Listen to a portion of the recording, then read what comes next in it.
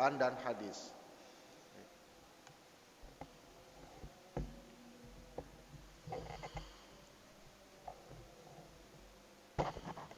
Iya. Oh iya.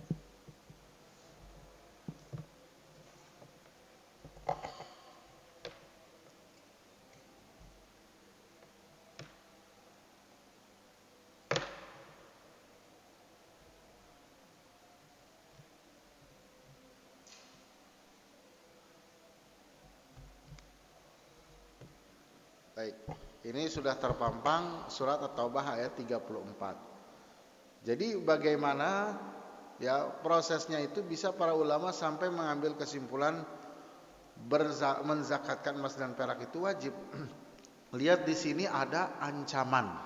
Fabashirhum, berilah kabar gembira terhadap mereka, kabar gembiranya berupa azab yang pedih. Jadi kalau enggak menzakatkan dapat azab. Nah, ini menjadi indikator terkuat kalau zakat emas dan perak itu adalah wajib. Jadi ini kembalinya ke ilmu bahasa. Jadi Rasulullah dalam hadis-hadisnya, teks-teksnya, nanti kita lihat juga, kemudian Al-Quran dalam teks-teksnya nggak langsung kucuk-kucuk mengatakan ini wajib, ini buruk, tapi di sana dengan gaya bahasa sendiri. Nah, kemudian oleh para ulama dijelaskan. Jelaskannya gimana? Yaitu dengan merujuk juga kepada kaidah bahasa. Bahwasannya dari segi ilmu bahasa, kalau ada perintah yang disertai dengan azab, hukuman, maka itu menunjukkan keharusan. Jadi ketika saya bilang minumlah kopi, kalau sekedar minum kopi, yaitu saya boleh minum, boleh enggak. Tapi ketika saya bilang minumlah kopi, kalau enggak nanti saya pukul, berarti saya harus minum kopi. Nah, berarti azab, hukuman itu menjadi indikator sesuatu yang diperintahkan, sesuatu yang dianjurkan adalah wajib. Nah, di dalam ayat ini, fabashirhum, berilah kabar gembira kepada mereka berupa azab yang pedih. Nah, berarti kalau enggak berzakat ada azab, ada hukuman. Berarti di sini zakat emas dan perak merupakan wajib. Nah, proses berpikir tadi sampai kesimpulan zakat emas dan perak wajib itu dinamakan ilmu usul fikih. Nah, berarti di sini kita juga nggak bisa kucuk-kucuk asal hafal hadis, hafal ini udah tahu hukum Allah, harus tahu dulu mekanismenya. Kalau enggak nanti apakah setiap perintah itu wajib? Ntar ada di dalam Al-Quran, kulu washrabu, makan dan minumlah. Berarti makan dan minum wajib dong. Nah, kan enggak juga. Makanya butuh mekanisme ini.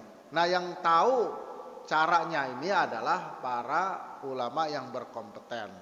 Yang tidak bisa punya cara, yang tidak punya skill, dia wajib bertaklid. Kalau yang dia punya skill, maka dia harus mengambil hukum sendiri. Yang tidak punya skill dalam mengambil hukum, tidak boleh sok-sokan, dia wajib bertaklid. Nah, jadi di sini kita dengan ayat ini sudah tahu bahwasannya hukum zakat emas dan perak adalah wajib. Ini dari surat Taubah ayat 34. Kemudian ya, dalam hadis disebutkan, kullu malin, diriwayatkan ya, di dalam diriwayatkan oleh Ibnu Umar radhiyallahu taala anhu.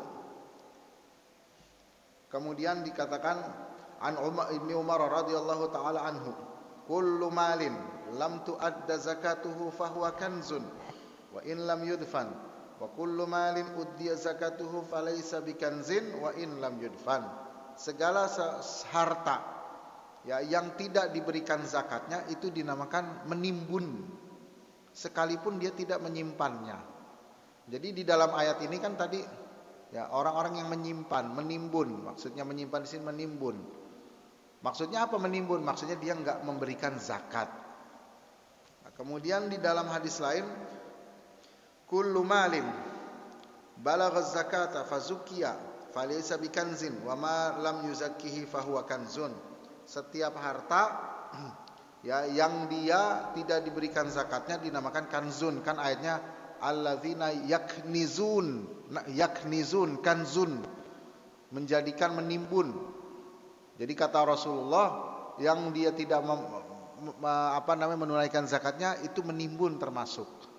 Arti menimbun di sini jadi bukan cuma numpuk, tapi dia tidak membayar zakatnya. Jadi di dalam ayat ini maksudnya yaknizun, dia yang tidak membayar zakat. Kemudian diriwayatkan dari Abu Hurairah radhiyallahu taala anhu, "Ma min sahibi zahabin wala fiddatin wala yuaddi haqqaha illa idza kana yaumal qiyamati suffihat lahu safaihu min nar fa uhmiya 'alaiha fi nari jahannama fayukwa biha jabinuhu wa dhahruhu kullama baradat u'idat lahu fi yaumin kana miqdaruhu 50,000 sana hatta yuqda bainal ibad fayura sabilahu imma ilal jannati wa imma ilan nar." Ini hadis yang diriwayatkan oleh Al-Imam Al-Bukhari nomor 1339 dalam kitab Sahihul Bukhari. Apa bunyinya? Tidaklah dari seorang yang mempunyai emas dan perak, kemudian dia tidak menunaikan haknya, yaitu zakatnya, illa kecuali pada hari kiamat nanti dia akan diberikan catatan amal. Catatannya tersebut berupa catatan yang diambil dari api neraka. Kemudian dia dididih di dalam neraka jahanam. Kemudian jidatnya dan punggungnya akan disetrika. Setiap kali merasa dia dingin, setiap kali sudah dingin, maka akan dikembalikan lagi, dia disetrika kembali. Dan pada hari itu satu hari seperti 50.000 tahun. Jadi ini benar-benar ancamannya luar biasa. Jadi ada ancaman itu berupa siksa, itu indikator terkuat kalau perbuatan tersebut yang diperintahkan itu merupakan wajib. Jadi ini udah ancamannya luar biasa, berarti menunjukkan wajib. Nah, dalil yang ketiga adalah ijma'. Ijma' itu kesepakatan kaum muslimin. Jadi kesepakatan kaum muslimin maksudnya kesepakatan seluruh ulama Islam. Jadi dalil di dalam agama Islam bukan hanya 2, tapi ada 4. Al-Quran, hadis, ijma' dan qiyas. Jadi ijma' bisa jadi dalil enggak? Dalil. Kayak misalnya waktu setelah Khulafaur Rasyidin, setelah Nabi wafat, Khulafaur Rasyidin berkumpul. Siapa yang harus dijadikan khalifah? Para sahabat. Hampir terjadi pertikaian. Cari teks di dalam Al-Quran, cari teks di dalam hadis. Siapa yang menyatakan siapa yang berhak untuk menjadi khalifah? Gak ada. Dalam Quran, jadikanlah Abu Bakar, jadikanlah Utsman, jadikanlah Umar, jadikanlah Ali. Gak ada. Di dalam hadis, jadikanlah Abu Bakar, jadikanlah Umar, jadikanlah Utsman, jadikanlah Ali. Gak ada. Gak ada teksnya. Para sahabat berkumpul. Itu gak semua sahabat, ulamanya kumpul. Ulama dari golongan sahabat kumpul. Kira-kira siapa? Ini masalahnya umat butuh pemimpin. Islam harus disebarkan. Kalau tanpa pemimpin, ya gak bakalan bisa. Masing-masing berklaim paling berhak. Sampai datang Sayyidina Abu Bakar, Sayyidina Umar. Dan singkat cerita, mereka semua sepakat untuk menjadikan Sayyidina Abu Bakar As-Siddiq sebagai khalifah. Nah, berarti pada saat itu wajib enggak untuk menjadikan Abu Bakar As-Siddiq sebagai khalifah? Wajib. Dalilnya mana? Dalilnya ijma'. Kesepakatan ulama. Makanya di dalam hadis, sekalipun hadisnya dhaif, tetapi dari banyak sanadnya hadis ini mencapai ke derajat hasan bahkan sahih. Apa Rasulullah bersabda? La tajtami'u ummati ala dhalalah. Umatku tidak akan bersepakat, maksudnya ulama dalam umat Islam tidak akan bersepakat dalam kesesatan. Jadi Islam secara garis besar, kaum muslimin, kalau ulamanya seluruhnya udah sepakat sama satu hal, itu nggak bakal dalam hal kesesatan. Nah, jadi ijma' itu menjadi dalil. Jadi kalau ditanya dalilnya mana? Ijma'. Itu dalil syariat. Dalil syariat. Nah, yang namanya ijma' juga tidak sekonyong-konyong kesepakatan, tapi kesepakatan juga ada dasarnya. Kayak misalnya kenapa kok Sayyidina Abu Bakar yang dipilih? Kenapa bukan yang lain? Karena bersandar kepada dulu ketika Rasulullah mau lagi sakit, Sayyidina Abu Bakar disuruh jadi imam. Kemudian Rasulullah datang, Sayyidina Abu Bakar nggak jadi sholat. Artinya apa? Kata para sahabat, kalau Rasulullah ridho dalam hal akhirat, berarti Rasulullah ridho dalam hal dunia. Akhirnya semua sepakat. Artinya kesepakatan ulama itu bukan cuma sekedar sepakat, tapi ada dasarnya juga, ada pokoknya juga. Nah, di sini dalam permasalahan kita, para ulama sepakat kalau zakat emas dan perak itu hukumnya wajib.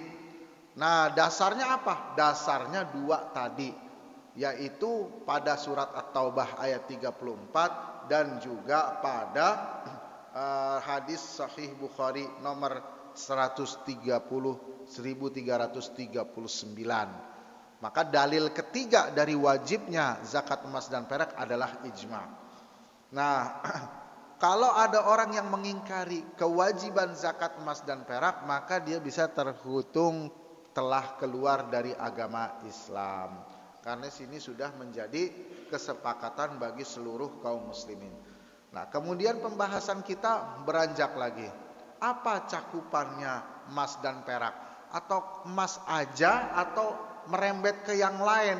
Ini kalau di dalam pembahasan ilmu ushul fikih panjang juga. Karena yang namanya hukum itu ada yang namanya ilat. Ilat itu alasan. Jadi Allah Subhanahu wa taala ketika mensyariatkan hukum itu ada alasan. Kenapa-kenapanya. Misalkan kenapa diharamkan riba dalam hutang piutang? Alasannya ya karena memakan hak orang lain, menzolimi orang lain. Itu menjadi ilat alasan diharamkannya riba. Tapi ada juga beberapa realita atau ajaran atau syariat yang ilatnya alasannya tidak diketahui. Seperti kenapa kalau sholat itu batalnya dengan kentut misalnya. Apa ininya korelasinya? Di situ para ahli fikih mengatakan alasan ini namanya ta'abbudiyah. Ta'abbudiyah itu artinya hanya Allah yang tahu. Kita tunduk sama apa yang Allah perintahkan. Tapi dalam hal muamalat, jual beli, hutang piutang, sewa menyewa, kemudian bab jinayat, zina, pencurian, qisas, itu ilatnya alasannya diketahui.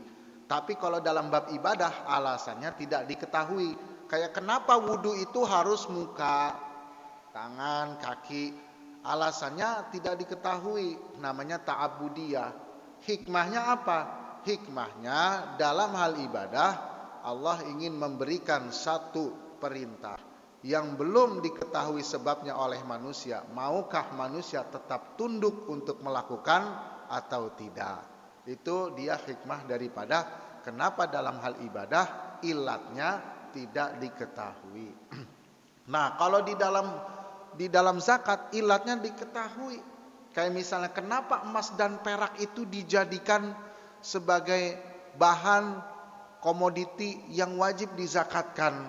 Pertama, karena emas dan perak itu menjadi satu komoditi yang nilainya paling tertinggi, yang menjadi simbol daripada kemakmuran, yang menjadi alat tukar menukar pada saat itu. Kalau dia menimbun banyak, berarti dia sudah mempunyai harta yang banyak. Nah, di dalam agama Islam ya, itu salah satu tujuannya adalah memberantas kefakiran. Maka di sini diwajibkan untuk zakat emas dan perak. Tetapi nanti alasannya ini bisa pengaruh nggak ke yang lain? Atau pada emas dan perak aja? Sekarang kan emas dan perak udah nggak digunain misalnya sebagai alat tukar menukar. Nanti bisa nggak ke pengganti emas itu? Nah, ini yang menjadi pembahasan panjang, salah satu pembahasan kontemporer. Karena di zaman dulu Nabi sampai bisa dikatakan Turki Utsmani itu emas dan perak masih dijadikan alat tukar menukar. Karena dia masih tukar menukar, itulah menjadi alasan kenapa dia harus dizakatkan. Yang jadi pertanyaan kan zaman sekarang emas dan perak nggak dijadikan lagi alat tukar menukar. Yang dijadikan itu uang. Nanti berarti merembet ke uang nggak tuh? Nah, disinilah ada perbedaan pendapat di kalangan ulama kontemporer. Yang intinya karena uang emas dan perak ini tidak lagi digunakan, maka ngalir ke yang lain. Maka yang wajib dizakatkan dari segi atau masuk ke dalam pembahasan zakat emas dan perak, pertama dinar dan dirham yang dia dijadikan alat tukar menukar. Jadi kalau zaman dulu dinar dan dirham itu murni emas dan perak. Maka siapa yang punya dinar dan dirham pada batasan tertentu dia wajib dizakatkan. Ya. Kemudian yang kedua, ya ini perabotan yang terbuat bagiannya dari emas. Nah ini saya pernah nggak sengaja waktu itu lihat di YouTube ada podcast beberapa artis disorot rumahnya itu pajangannya emas gitu, gelasnya, piringnya, kemudian kursinya. Wah ini wajib nih dizakati, walaupun hanya potongan aja. Artinya dia nyampur sama yang lain, enggak emas murni. Tapi itu harus dihitung juga. Nah, berapa zakat nanti akan kita lihat. Yang ketiga adalah emas murni. Jadi emas murni yang baru digali, yang perusahaan tambang emas, nah itu kena wajib zakat juga. Jadi cakupan zakat emas dan perak ini pada 3 yang aslinya. Dinar dirham, kemudian perabotan yang terbuat dari emas dan perak atau sebagiannya, kemudian emas dan perak murni, dan yang keempat satu lagi uang kertas. Nih saya lupa cantumin di sini. Jadi uang kertas, uang yang kita gunakan sekarang itu juga wajib ada zakat. Loh kok gitu? Kan dia bukan emas dan perak. Memang bukan emas dan perak, tapi karena dia menggantikan posisi emas, maka dia ngambil hukum emas. Jadi kan emas tadi dijadikan komoditi zakat karena dia sebagai alat tukar menukar. Ketika emas dan perak tidak dijadikan lagi alat tukar menukar dan uang yang dijadikan alat tukar menukar, maka dia ngambil ilat, alasan emas itu dizakatkan. Maka duit, uang harus dizakatkan. Nah, ini sama kisahnya kayak narkoba, ganja, heroin. Jadi kita bilang, lah emang heroin ada di dalam teks Al-Quran. Ya cari aja dari Al-Fatihah sampai Anas nggak bakalan ada. Cari aja di dalam hadis Sahih Bukhari, Sahih Muslim, Sunan Nasai, Tirmizi, Abu Dawud, Al-Hakim, terus siapa lagi dan seterusnya. Nggak bakalan ada teks hadis yang bilang haram untuk mengkonsumsi heroin. Apakah lantas kita bilang, oh ini nggak ada dalilnya? Bukan. Makanya di sini bahaya kalau kita begitu.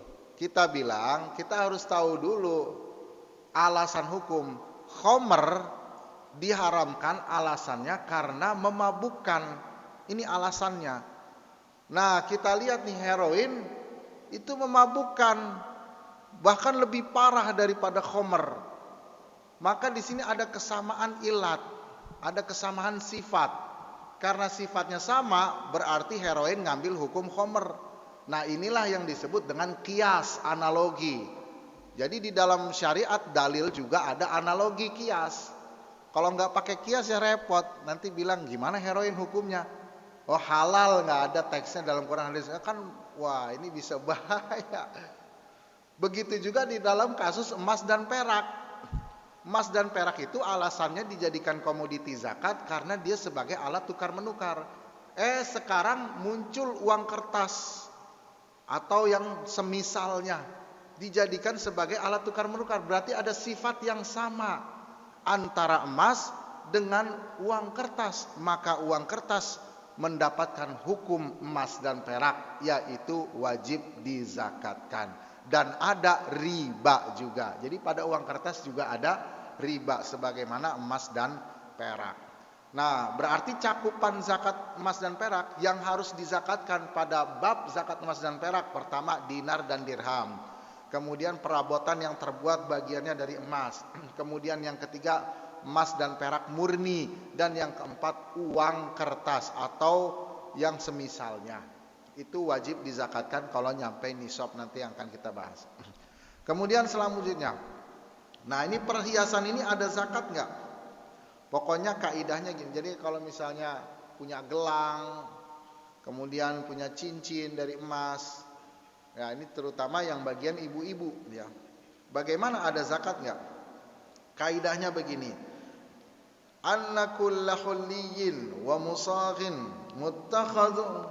muttakhadhin min adh-dhahabi awil fiddati wa yahrum isti'maluhu aw yukrah. Setiap perhiasan yang diambil atau yang disisipi pada perhiasan tersebut emas dan perak, kemudian haram untuk digunakan atau makruh, fayajibu fihi zakah, maka dia wajib zakat. Misalnya laki-laki pakai gelang emas, kan haram, nggak boleh. Nah berarti kalaupun dia make, dia dosa, dia kena wajib zakat di situ. Wa in kana isti'maluhu mubahan, kalau penggunanya itu mubah, maka tidak wajib zakat. Jadi kayak ibu-ibu hanya sekedar pakai kalung, Pak, ibu-ibu hanya sekedar pakai gelang, ibu-ibu hanya sekedar pakai cincin, itu tidak ada zakat. Kenapa? Karena ini perhiasan yang mubah, yang boleh hukumnya. Tapi kalau bapak-bapak pakai kalung emas, cincin emas, nah ini nggak boleh. Laki-laki nggak boleh pakai perhiasan emas. Maka kalau dia gunakan, pertama dia dosa, yang kedua dia kena kewajiban zakat. Faman malaka musaghan min adh-dhahabi awil fiddah wa kana ya'udduhu lil qinyati waliddikhar fatajibu fihi zakah li'annahu mursadun lin nama'i fa huwa kan naqdi ghairil musagh. Jadi siapa yang memiliki barang yang terbuat dari emas dan dia berniat untuk menimbunnya, nyimpennya, enggak untuk sekedar perhiasan tapi nyimpan, maka dia wajib zakat. Kenapa? Karena emas dan perak itu termasuk barang yang bisa berkembang. Maksudnya berkembang di sini nilainya. Jadi kalau kita ini kan kita jualkan itu nilainya tinggi, kemudian semakin naik. Wa in kana isti'maluhu muharraman, kalau dia penggunaannya itu haram, seperti ka'awani zahabi wal fiddati, nampan yang terbuat dari emas dan perak. Nah ini jadi nggak boleh nih, buat siapapun itu, kita sebagai kaum muslimin tidak boleh memakai piring emas, kemudian gelas emas, ya sendok emas, haram ya Pak buat kaum muslimin. Itu sangat menyakitkan bagi kaum fuqara. Kalau Rasulullah nanti di sini hadisnya ada nih, lahum fid dunya walana fil akhirah. Bagi orang kafir sih boleh, tapi bagi orang muslim nanti di akhirat itu tidak boleh. Ya. Wa ma yattakhidhuhu ar-rajul li nafsihi, begitu pula yang dijadikan seorang lelaki berupa perhiasan, kasiwar, kalung, wa khalkhal, siwar gelang, kakhalkhal, kalung dan selainnya, ya, yang itu dia haram. Au kana makruhan, atau dia sifatnya makruh, katadbibil qalili fil ina'i lizina, seperti ada bagian sedikit aja pada piring, sedikit ya, enggak full, itu menjadi makruh.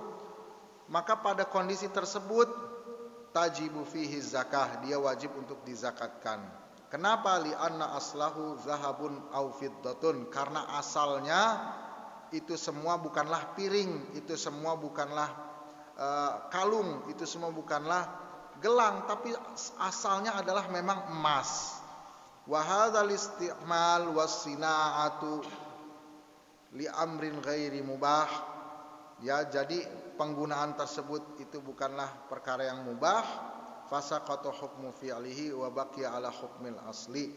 Maka hukum asalnya tetap berlaku, yaitu wajib dizakatkan. Dalilnya mana? Diriwayatkan dari Huzaifah bin Yaman radhiyallahu taala anhu, la tashrabu fi aniyatiz zahabi wal fiddah, janganlah kalian minum di bejana, ya, di teko yang terbuat dari emas dan perak. Wala ta'kulu fi sihafiha, begitu pula jangan meminum dengan makan pada piring yang terbuat dari emas dan perak.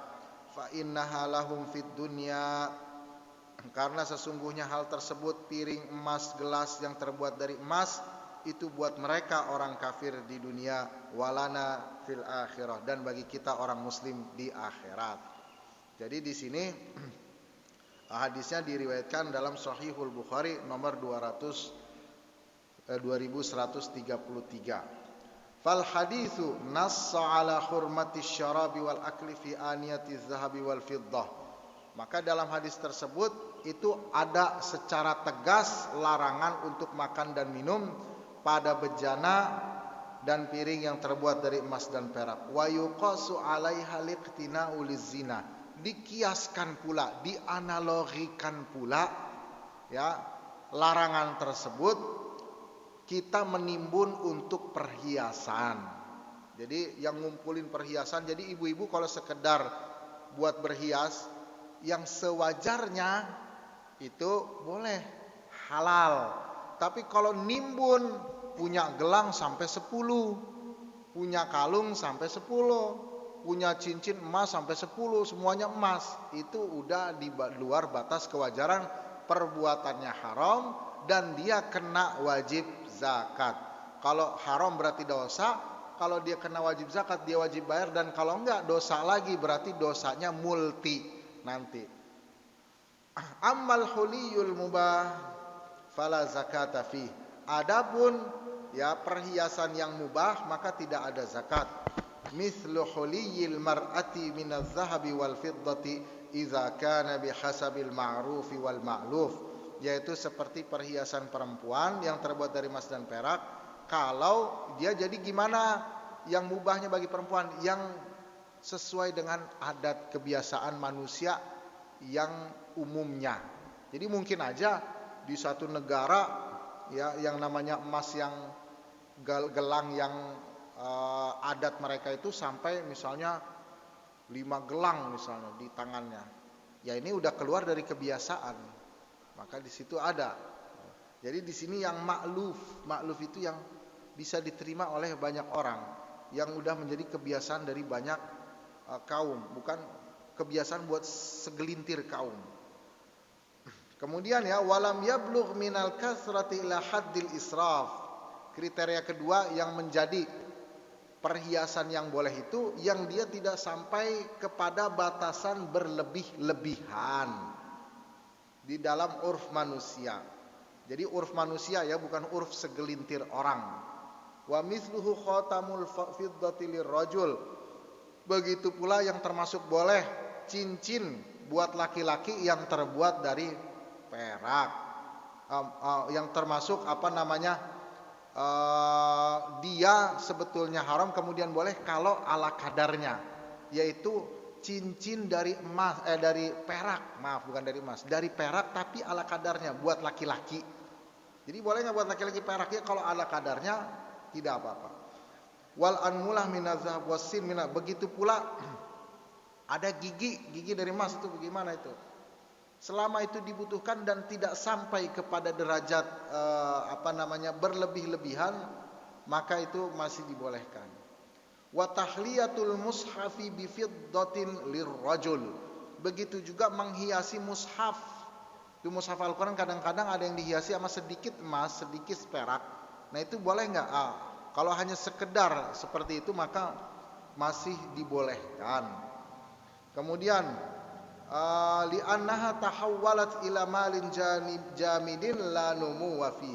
Jadi kenapa kalau hanya sekedar cincin sedikit ada peraknya, kemudian ada misalnya gigi dia ada sedikit emasnya, kemudian pedang, kalau zaman dulu ada pedang ada sedikit emasnya, kemudian mushaf dihiasin oleh emas sedikit. Nah ini kenapa dia kalau yang seperti ini itu dikatakan mubah? Kalau yang begini dikatakan mubah karena li'annaha tahawwalat ila malin jamidin, karena dia telah berubah menjadi barang lain karena saking sedikitnya la numuwa fihi, tidak bisa berkembang. Berbeda kalau tadi yang nimbun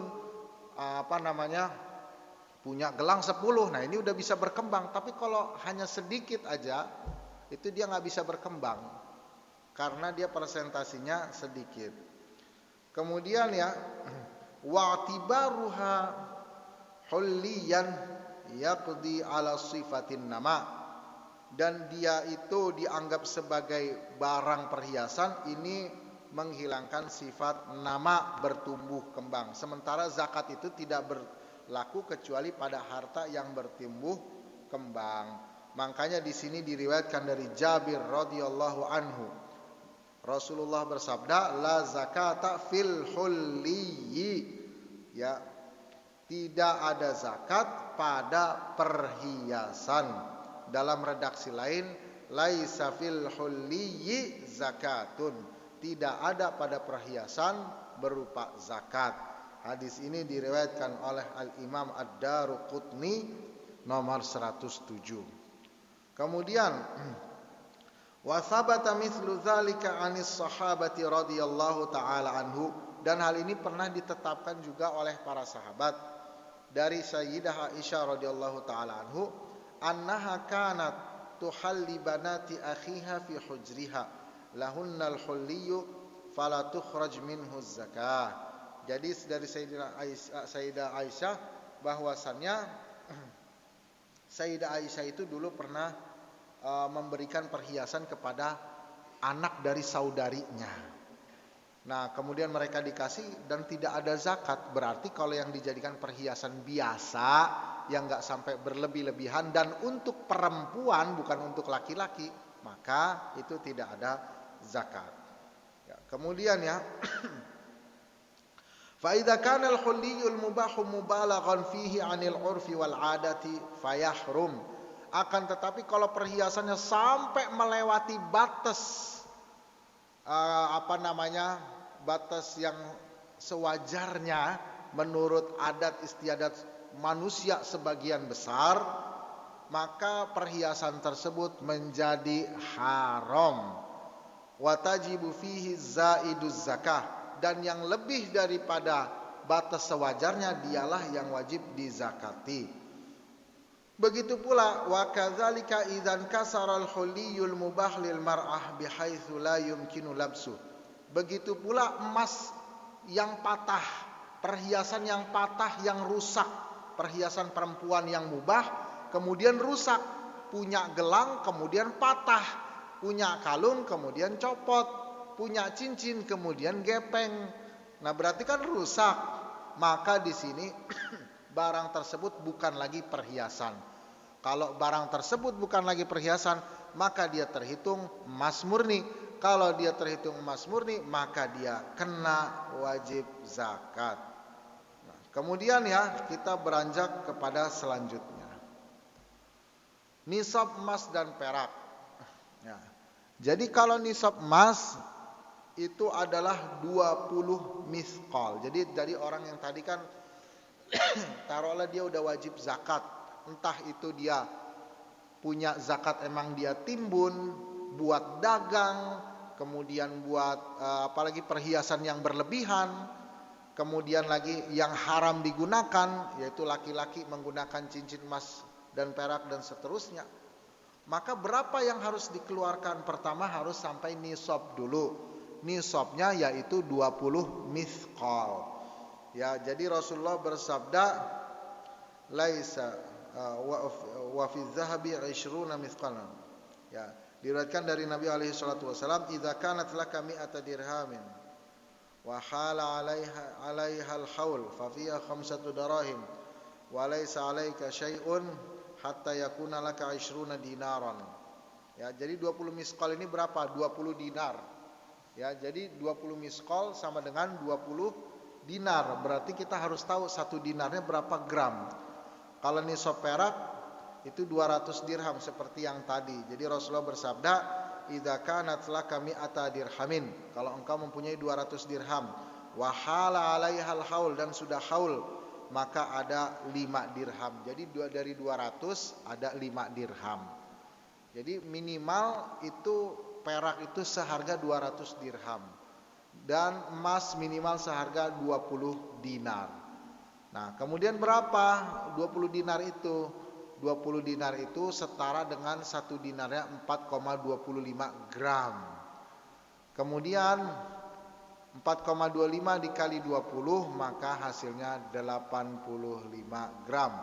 Jadi siapa yang punya emas ya sebesar 85 gram bukan pada perhiasan yang dibolehkan ya.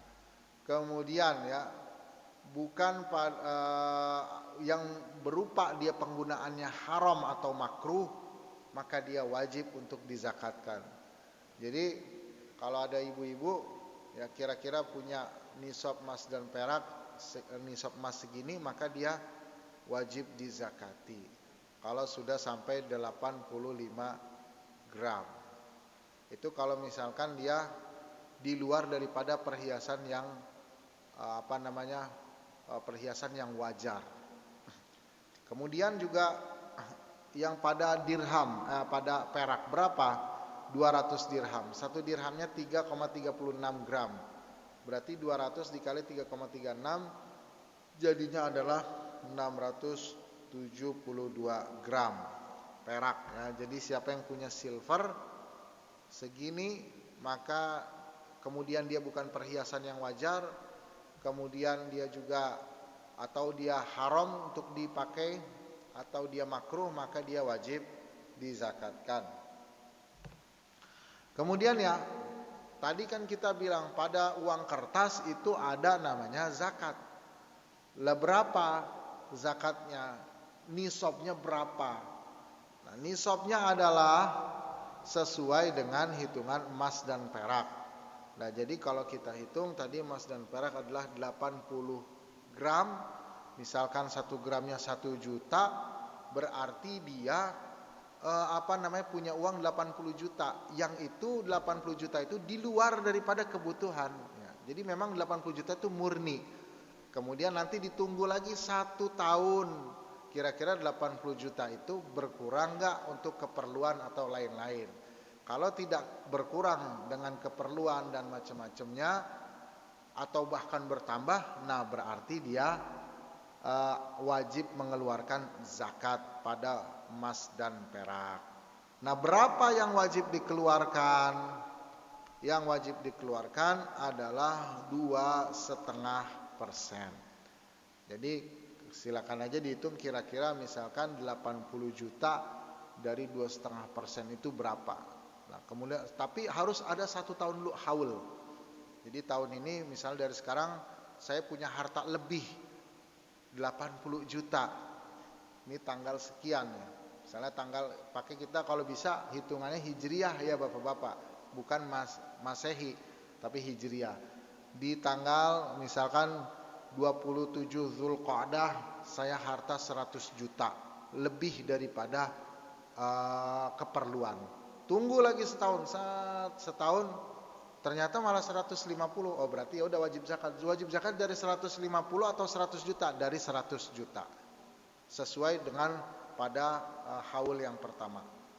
Nah, kemudian ya selanjutnya kita akan memasuki sedekah tatawwu ya. Jadi kita sudah menyelesaikan bab tentang zakat emas dan perak dan berapa-berapanya dan apa saja yang harus dizakatkan. Maka sekarang kita pindah ke sedekah tatawwu. Sedekah tatawwu itu apa? Sedekah tatawwu itu sedekah yang sunnah.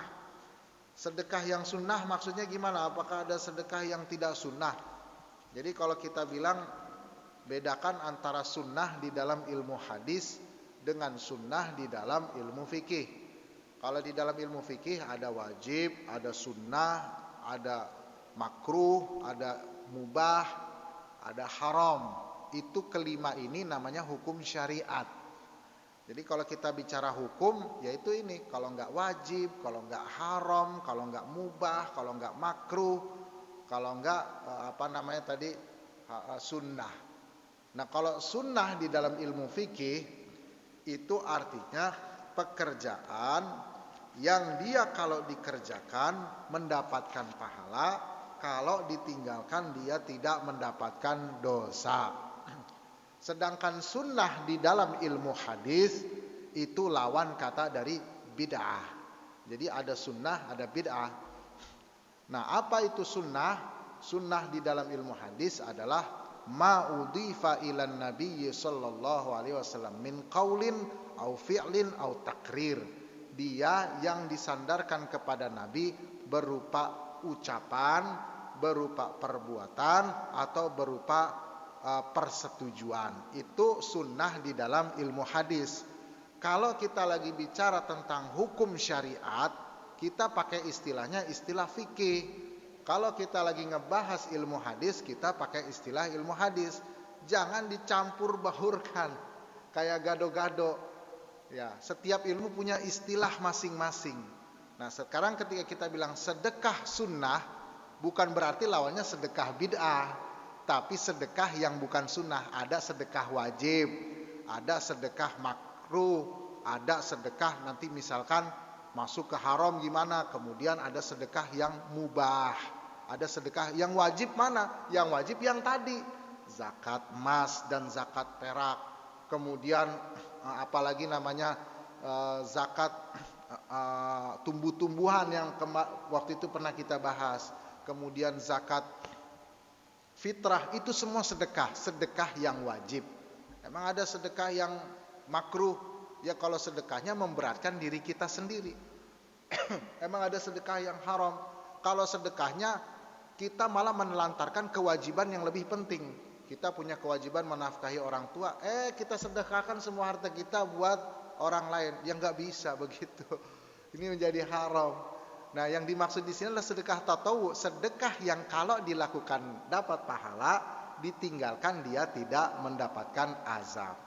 Nah, kemudian ya, ada beberapa yang berkaitan. Pertama, sedekah itu yang sunnah, sedekah sunnah ini dianjurkan pada bulan Ramadan. Ya, dianjurkan. Jadi kemarin Bapak-bapak itu kita sangat dianjurkan sekali pada bulan Ramadan perbanyak sedekah. Ya.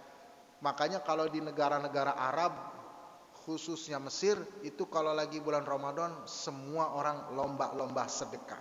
Dalilnya dari mana? Dalilnya diriwayatkan dari Ibnu Abbas radhiyallahu taala anhu, kana Rasulullah sallallahu alaihi wasallam ajwadan nasi bil khair. Dulu Rasulullah adalah orang yang paling dermawan untuk memberikan kebaikan. Wa kana ajwada ma yakunu fi syahri Ramadan, dan yang paling dermawan lagi pada Rasulullah ketika bulan Ramadan. Ya, hadis ini diriwayatkan dalam Sahihul Bukhari nomor 673. Jadi maka di sini kata para ulama, pada bulan Ramadan itu didorong lebih kuat lagi untuk bersedekah. Maka perbanyaklah sedekah di bulan Ramadan. Kemudian ya, yang selanjutnya sedekah, ya, memberikan sedekah secara diam-diam. Ya, kenapa memberikan secara sedekah secara diam-diam itu sunnah? Sunnah ini. Ya, jadi kita diperintahkan untuk sedekah itu diam-diam, nggak bawa kamera. Kalau sekarang ada YouTube, ada segala macam, orang yang sedekah dipoto, dikamerain. Perhatikan juga perasaan orang yang dikasih sedekah, Bapak-bapak. Karena jangan sampai kita bersedekah malah nyakitin orang. Bahkan di dalam Al-Quran dikatakan qaulun ma'rufun khairun min shadaqatin yatba'uha adza. Ngomong bicara yang baik itu lebih bagus daripada sedekah yang membawa sakit hati. Itu Quran surat Al-Baqarah, coba direnungkan lagi. Jadi kata Al-Quran, jadi mendingan ngomong yang baik-baik deh daripada sedekah tapi ngebawa sakit hati orang. Dikamerain, semua disorot, ditulis fuqara, orang-orang fakir dan miskin. Ya Allah, orang juga punya harga diri. Enggak semua orang mau dilabelin fakir walaupun dia fakir. Maka kalau bisa jangan ada lagi begitu. Kalaupun mau dokumentasi, difikirin lagi gimana caranya jangan sampai buat sakit hati. Jadi sunnah kita untuk bersedekah dengan cara sembunyi-sembunyi. Di sini dalilnya di mana? Pertama surat Al-Baqarah ya 271. A'udzubillahi minasyaitonirrajim. In tubdu shadaqati fa ni'mahi wa in tukhfuha wa tu'tuhal fuqara fahuwa khairul lakum. Ya kalau kamu memberikan sedekah secara terang-terangan, fani'immahi, maka itu menjadi kebaikan buat kalian. Silakan. Jadi Al-Qur'an enggak melarang. Tapi wa in tukhfuha, kalau kamu sembunyikan, wa tu'tuhal fuqara, dan kamu berikan kepada orang fakir, fahuwa khairul lakum, itu lebih baik buat kalian.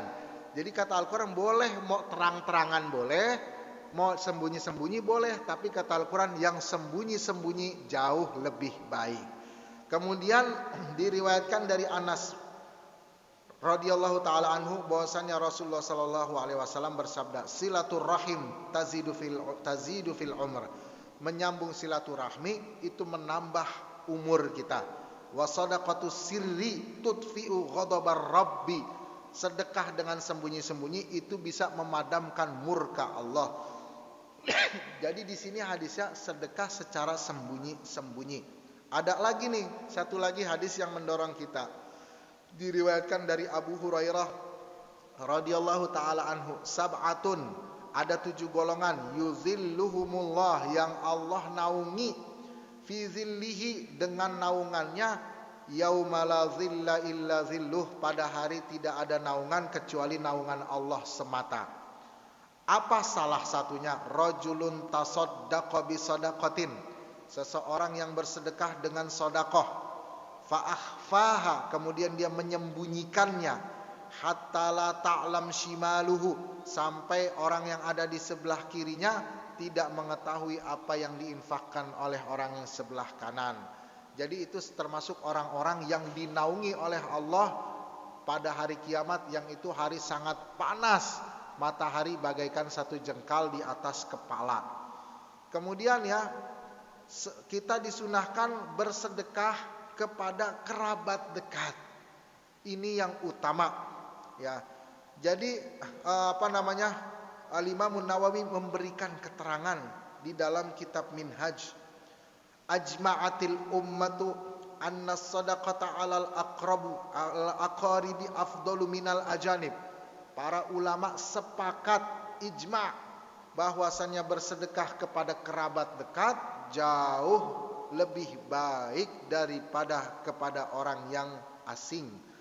Wal ahaditsu fil mas'alati katsiratun masyhuratun, dan hadis-hadis dalam masalah ini sangat banyak dan terkenal.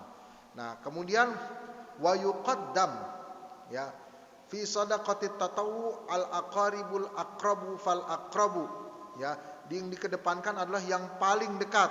Wal afdalu an yabda bi dzir rahim al mahram, mulailah sedekah kepada orang yang masih mempunyai kekerabatan dengan kita dan dia mahram buat kita. Berarti kan ibu, bapak, anak, kemudian apalagi saudara, saudari, ya. Maka di sini kal ikhwah wal akhwat, paman juga masuk. Wa yulhaqu biha ulaiz zauji waz zaujah, begitu pula istri dan suami itu juga termasuk ke dalam kerabat dekat. Kemudian ya, zauj dalam hadis disebutkan yang diriwayatkan dalam Sahihul Bukhari nomor 531, zaujuki wa waladuki ahaqqu min an tasaddaqti alaihi. Suamimu dan anak-anakmu itu lebih berhak untuk engkau berikan sedekah. Ini hadisnya waktu itu Rasulullah lagi bicara kepada Zainab. Zainab itu istrinya Ibnu Mas'ud. Ya.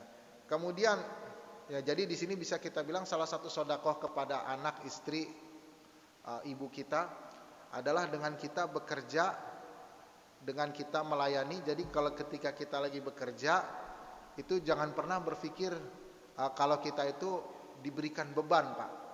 Justru kita berpikir kita ini lagi bersedekah, dan sedekahnya ini nilainya luar biasa. Maka ketika kita ngasih uang ke istri, ngasih uang ke anak, itu sejatinya kita lagi sedekah dan nilainya itu tak terhingga. Maka di sini seorang muslim itu enggak pernah merasa letih dalam menafkahi keluarganya. Kenapa? Karena prinsip dasarnya bukan pingin sekedar mereka hidup, tapi pingin kita bersedekah. Jadi pahalanya luar biasa tiap hari itu. Pergi ke kantor, mengajar, atau ada yang bisnis atau apa. Jadi mindsetnya beda antara orang muslim dengan non muslim. Kalau orang muslim dalam bekerja itu ya dia pingin sedekah, pingin pahala, maka nggak ada kata stres, nggak ada kata letih, nggak ada kata frustasi. Nah, kemudian ya sedekah kepada pada momen-momen tertentu. Ya, pada momen-momen tertentu kita disunahkan sedekah seperti ketika safar, ketika lagi gerhana bulan, ketika lagi gerhana matahari dan selainnya, ketika haji. Nah, itu diperbanyak buat sedekah. Kemudian sedekah untuk tetangga, Pak. Ya, jadi kita juga bukan hanya kepada diri kita, disunahkan juga kepada tetangga kita yang terdekat. Kalau dikatakan yang namanya tetangga kita itu gimana sih? Dijelaskan di dalam kitab Al-Fathul Mubin, yang bisa dikatakan tetangga kita 40 rumah ke depan kita, 40 rumah ke samping kanan, 40 rumah ke samping kiri, 40 rumah ke belakang kita. Itu sekitaran itu masih terhitung dengan tetangga kita. Nah, kalau di sini kadang-kadang kaum muslimin sebodoh amat. Makanya mungkin yang di tempat yang bagus enak, tapi di sebelahnya misalnya ada kampung nggak diperhatiin, jadi enak-enak aja. Nah, ini termasuk musibah besar bagi kaum muslimin. Nah, kemudian sedekah bagi orang kafir bagaimana, ini boleh nggak nih? Tajuzu shadaqatu tatawwu 'alal kafir alladzi lahu ahdun aw dhimmah aw qaraba aw yurja islamuhu sawun kana yahudiyan aw nasran aw majusian. Boleh sedekah kepada orang kafir selama pertama dia orang fakir. Yang kedua, dia bukan kafir harbi, kafir yang wajib diperangi. Ngasih sedekah ke Israel haram hukumnya. Ngasih sedekah ke Amerika haram hukumnya, ke pemerintahannya maksudnya. Memerangi Islam haram. Jangan sampai kayak pada waktu itu pernah, inilah kelemahan umat Islam. Ya, Donald Trump yang begitu benci terhadap Islam datang ke Saudi Arabia, dikasih triliunan dolar oleh anak daripada raja. Haram hukumnya, nggak boleh. Ini harta mau dikemanain? Kenapa nggak dikasih kepada kaum muslimin yang tertindas di Afrika Tengah, yang di Palestina, yang di mana? Loh, kok ini ke Donald Trump? Ini terjadi nih, Saudi memberikan kepada Donald Trump. Ini musibah besar. Maka di sini nggak boleh kita memberikannya kepada orang kafir harbi. Tapi kalau orang kafir zimmi, kayak yang ada di komplek kita, tidak memusuhi Islam, baik, kemudian dia fakir, boleh dibantu, boleh hukumnya. Kemudian ya, selanjutnya sedekah kepada orang kaya. Nah, gimana nih sedekah kepada orang kaya? Tahillu shadaqatu tatawu lil aghniya wa yajuz dafuha ilaihim wa yuthabu dafuha alaihim walakinnal muhtaju afdal wa yustahabbu lil ghani tanazuh anhu. Jadi boleh saja, sah saja, tetapi disunahkan buat orang yang punya harta untuk tidak menerima sedekah. Jadi kadang-kadang bapak-bapak nih, saya pernah terjadi waktu saya di Mesir itu dapat beasiswa Al-Azhar. Beasiswa Al-Azhar ya nggak seberapa lah. Kemudian dapat asrama. Kemudian saya lihat di sana ada yang melalui orang dalam dan kebetulan dia adalah anak dari seorang menteri. Ini bagaimana anak menteri kok nyari beasiswa yang begitu? Emangnya nggak bisa mengeluarkan uang sedikit untuk belajar? Gitu. Kenapa masih nyari juga gitu? Akhirnya yang berhak nggak dapat, dapatnya dia, yang dia sebenarnya mampu gitu. Jadi gengsi-gengsiannya tuh lewat beasiswa. Sebenarnya kalau mau dibilang gengsi prestasi, ciptakan aja prestasi, walaupun dia bayar. Pak Habibie juga menurut riwayatnya belajar dengan ongkos sendiri kok ke Eropa. Tapi prestasi. Jadi prestasi bukan diukur sama dapat beasiswa apa enggak, tapi dia ngeluarin karya apa gitu. Nah, ini akhirnya termakan biasanya. Ini nauzubillah, ini di hari kiamat ditanya oleh Allah dengan hisab yang sangat syadid, sangat berat oleh Allah Subhanahu wa taala. Nah, jadi boleh aja dikasih ke orang kaya, tapi orang kaya itu disunahkan untuk menjauhi mereka diberikan sedekah. Bahkan mereka diperintahkan untuk sedekah. Sedekah itu akan mengurangi harta. Enggak, Rasulullah bersabda, "Mana qasamalun min sedekah tidak akan harta itu berkurang karena sedekah. Kemudian sedekah kepada orang yang baik Pak ya, disunahkan. Maksud orang baik itu maksudnya dengan yang baik itu maksud dengan harta yang paling kita cintai. Kita paling cinta handphone, sedekahin, berani nggak? Tapi jangan sampai nanti sedekahnya itu salah gitu. Jadi ada aturannya juga Pak. Jangan nanti misalnya yang kali kita bahas seluruh harta. Misalnya ada pembicara, ayo kumpulin hartanya gitu. Nanti sedekah dapat Alphard gimana? Nggak bisa Pak.